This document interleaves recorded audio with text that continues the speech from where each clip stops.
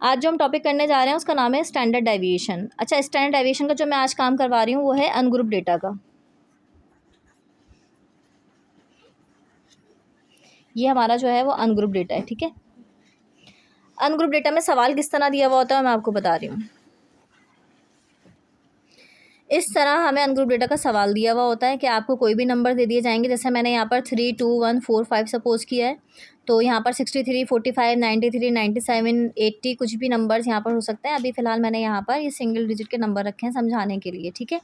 और ये हमारा अनग्रुप डेटा का सवाल है। अनग्रुप डेटा के सवाल में सिर्फ हमें सादे सिंपल नंबर दिए हुए होते हैं, ठीक है।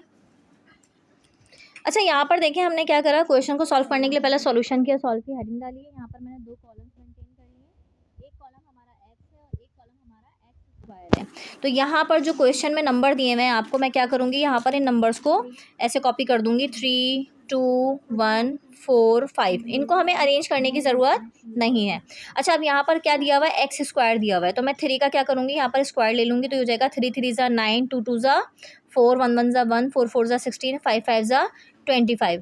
आखिर में हम क्या करेंगे, इस कॉलम का और इस कॉलम का क्या कर लेंगे, सम कर लेंगे, टोटल कर लेंगे। अच्छा, यहाँ देखिए हमने क्या किया है, इसका यहाँ पर सम कर लिया। अब मैं इसका यहाँ पे फॉर्मूला लिखूँगी और उसको फॉर्मूले में पुट करेंगे।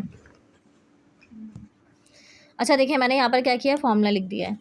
अच्छा, अब यहाँ पर गौर करें, यहाँ पर क्या दिया हुआ है, हमें ये रूट दिया हुआ है और रूट में क्या दिया हुआ है, सम, और उसके बाद एक्स स्क्वायर दिया हुआ है। यानी जो एक्स स्क्वायर का हमने यहाँ पर सम निकाला है, जो टोटल निकाला है 55 यहाँ पर रूट में लिखा जाएगा। तो मैंने क्या करा, यहाँ पर 55 लिखा और n की जगह पर हम क्या लिखेंगे, नंबर्स को काउंट करेंगे। 1 2 3 4 और 5। यहाँ पर मैंने क्या लिख दिया, यहाँ 5 आ गया। उसके बाद माइनस आ गया। सम ऑफ एक्स की जगह हम क्या करेंगे, यहाँ एक्स का टोटल कितना आया 15, हम यहाँ पर ये लिख देंगे। उसके बाद यहाँ पर नंबर काउंट करेंगे 1 2 3 4 5 S same of x square, यहाँ पर यहाँ सेम 5 ही आ जाएगा, ठीक है। उसके बाद हमने क्या करा, फॉर्मूले में स्क्वायर था, हमने यहाँ पर स्क्वायर लगा दिया। अब इसको हम आगे देखें इसको कैसे सॉल्व करेंगे।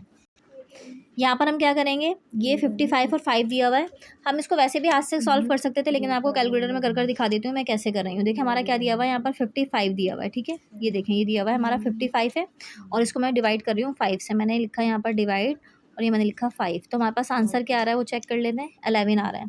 मैंने यहाँ पर क्या किया, 11 लिख दिया, दैट इज़ यहाँ पर माइनस आ गया। फिर यहाँ पर 15 को हम 5 से डिवाइड करेंगे तो यहाँ पर 3 आ जाएगा, ठीक है। और इसके ऊपर यहाँ पर क्या दिया हुआ है, स्क्वायर दिया हुआ है। आगे नेक्स्ट हम क्या करेंगे मैं आपको दिखाती हूँ क्या सॉल्व करना है। अब देखिए इसका आगे मैं क्या कर रही हूँ, यहाँ पर स्टेप ये चेक करेंगे। अभी हमारा रूट ख़त्म नहीं हुआ है तो मैंने यहाँ पर इसको ऐसे लिखा, ये आया यहाँ पर 11 दिया हुआ था, वहाँ से मैंने 11 कॉपी किया, माइनस आया।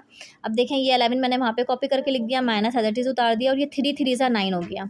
किसी भी वैल्यू के ऊपर अगर स्क्वायर दिया हुआ होता है तो इसका मतलब ये है कि जो नंबर यहाँ पर दिया है उसको हम उसी से मल्टीप्लाई कर देंगे। तो ये हमारा क्या दिया हुआ है, यहाँ पर 3 दिया हुआ है, तो हमारा क्या हो जाएगा 3 3 ज़ा 9। तो मैंने यहाँ पर क्या लिख दिया, 9 लिख दिया।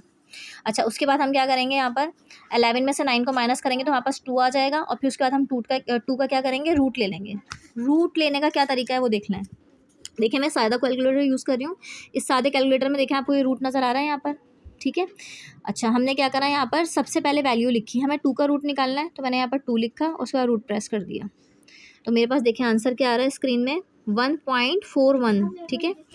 तो मैंने यहाँ पर क्या लिखा, 1.41। ये हमारा क्या हो गया, आंसर हो गया स्टैंडर्ड डेविएशन का। ये इसको चेक कर लें, ठीक है। अच्छा, थोड़ा सा मैं आपको यहाँ पर वीडियो स्टॉप कर दिखा देती हूँ कि हमने क्वेश्चन कहाँ से करना स्टार्ट किया था। सबसे पहले मैंने स्टैंडर्ड डेविएशन अनग्रुप डेटा लिखा था। उसके बाद हमारा ये सिंपल क्वेश्चन था, सॉल्यूशन की हेडिंग डाली है मैंने, यहाँ पर ये 2 कॉलम्स मेंटेन करे। उसके बाद मैंने यहाँ पर फॉर्मूला लिखा है और उसके बाद हमारा ये फाइनल आंसर यहाँ पर देखें ये आया है, ठीक है।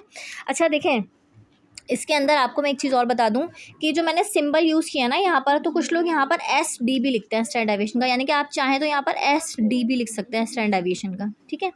यानी कि यहाँ सब जगह एस डी और ये सब जगह ऐसी एस डी आ जाएगा, तो ये हमारा स्टैंडर्ड डेविएशन हो जाएगा।